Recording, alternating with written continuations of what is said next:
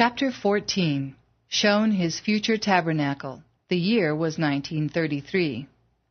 Out of the hundreds of people who had attended William Branham's first evangelistic campaign in June of 1933, most returned to their home churches once the nightly tent meetings ended. But some were new converts to Christ with no prior church affiliations. Many of these people began to show up for Bill's regular Sunday services. The rented Masonic Hall soon became too small to comfortably seat the crowd, forcing Bill to look for another building.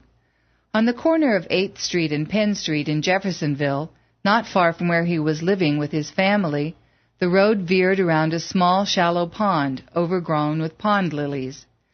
Walking home from the Masonic Hall, Billy knelt in the gypsum weeds by the edge of the pond to pray about this unforeseen problem. Lord, what should I do?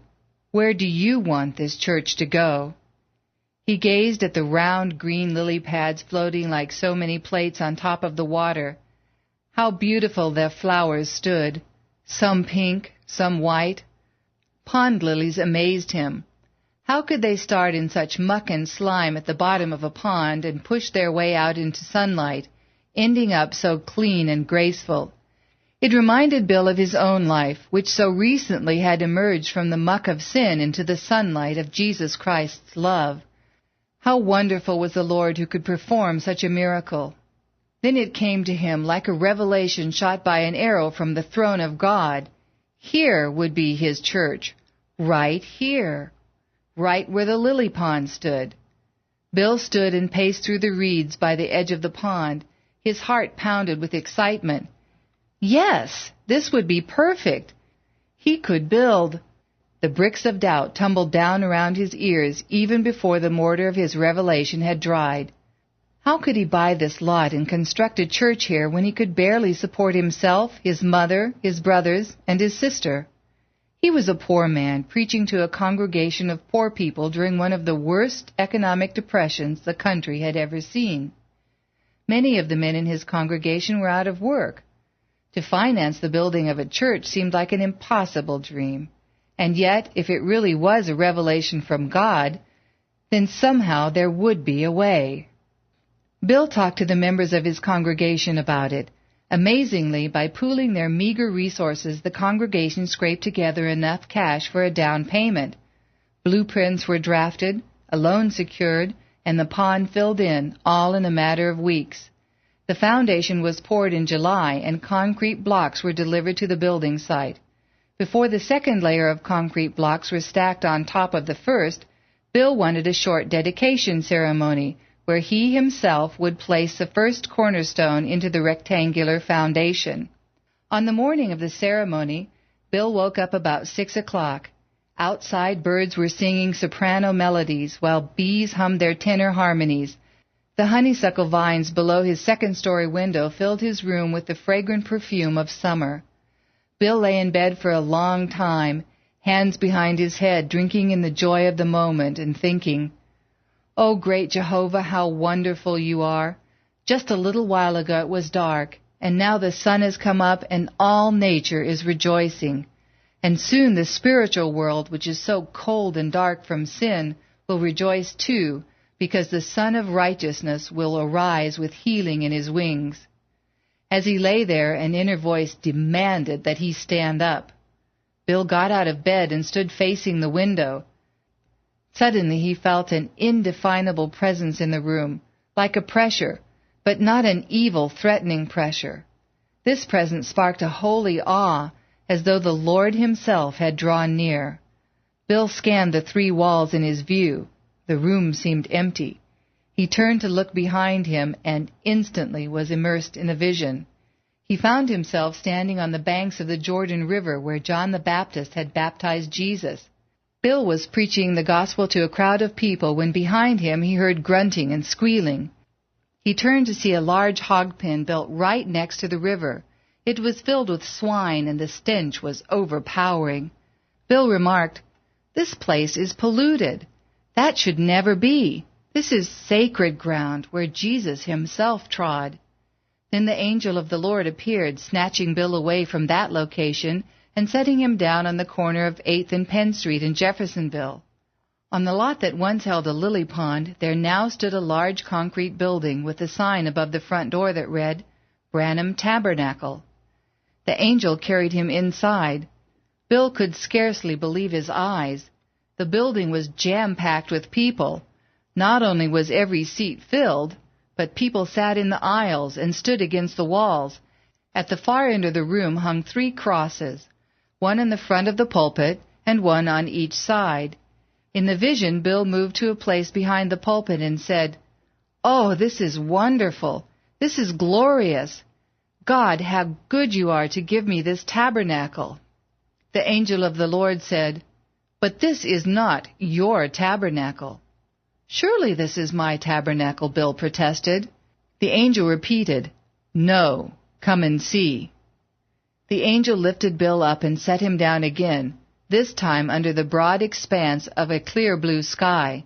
The angel said, "This is to be your tabernacle." Looking around, Bill found himself in an orchard. Fruit trees grew about 20 feet tall with 2 matched rows creating an aisle between them, with a single large tree at the end of the aisle, positioned so that it was an equal distance from each row. One row appeared to be all apple trees, the other row plum trees. Oddly enough, their roots were embedded in large green buckets. On both his right and left sides an empty pot sat in line with each row of trees. A voice from heaven thundered, "The harvest is ripe, but the laborers are few." Bill asked, "Lord, what can I do?" As he watched, the trees began to look like church pews in the vision of his tabernacle, and the 3 trees at the end of the aisle took the shape of 3 crosses. Bill asked, "What does this mean? And what about these empty pots?" The angel replied, "You are to plant in those 2 pots." Standing in the breach between the 2 rows of trees, Bill broke off a branch from an apple tree and stuck it into the empty pot in line with that row. Then he broke off a limb from a plum tree and planted it in the empty bucket on that side. Immediately, trees grew from these 2 pots, not stopping until they matched the height of the other trees in the orchard. Next, a great wind shook the trees, and a voice said, "You have done well. Hold out your hands and reap the harvest." Bill held out both hands.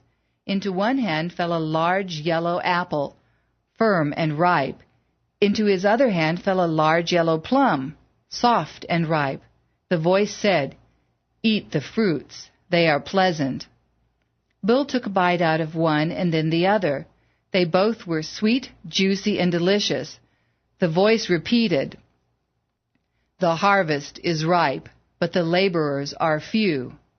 Now Bill noticed that the large tree at the end of the aisle, which was still shaped in the form of a cross, had both apples and plums clustered in its branches.